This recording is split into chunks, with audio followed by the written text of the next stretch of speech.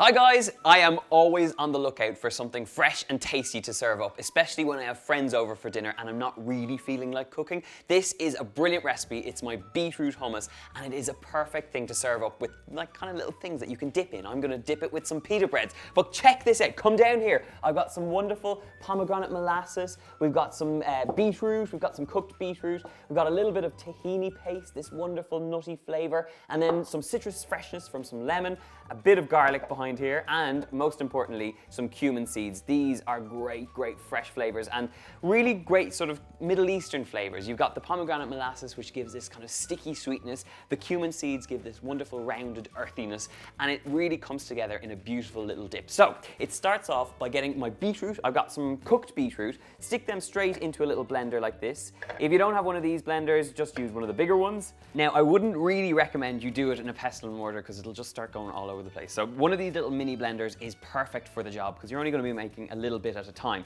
So in on top of this, I'm going to grab a garlic clove. So smash it with the back of a knife just like this and just kind of expose that clove. Take off the skin. It's a great way of getting the skin off your garlic clove very quickly. And then just give it a little rough chop. I'm just doing this to help the blender and so that we get an even distribution of the raw garlic. It's very intense, the flavor. So you only want to add a very small clove in here. So this goes straight into our beetroot.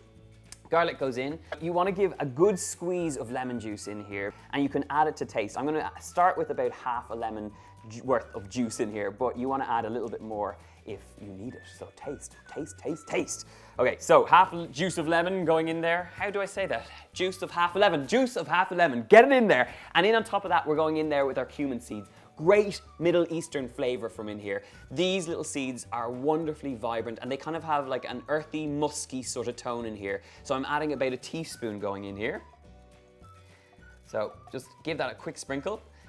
In on top of this, we've got about 2 tablespoons of this beautiful pomegranate molasses. It's sweet, it's sticky, and it is absolutely vibrant. A really great store cupboard ingredient. And it actually makes, if you take about like a little cupful, maybe not a cupful, but you know, a small amount in a glass of water, it makes a lovely little cocktail. So I'm gonna add about 2 tablespoons into my beetroot hummus. Now, for our kind of rich nuttiness, I have this beautiful, beautiful, beautiful, just check out that. It is absolutely gorgeous, nutty and sweet and kind of gloopy. It's like a more sophisticated peanut butter is exactly what it is. So I'm going in there with a nice generous spoonful. So give it a good generous amount in there. If you can't get your hands on tahini, you'll find it in most Middle Eastern stores or an Asian supermarket would have it. But now most supermarkets will carry this stuff and it's great. So, okay, I think we have all our ingredients. So now I need to season it up. So a little bit of sea salt. In with our sea salt and then hit it with some black pepper, which I have over here.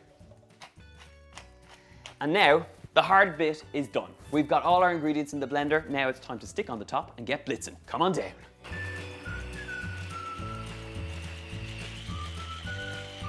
So I'm going to tumble this out into a little serving bowl.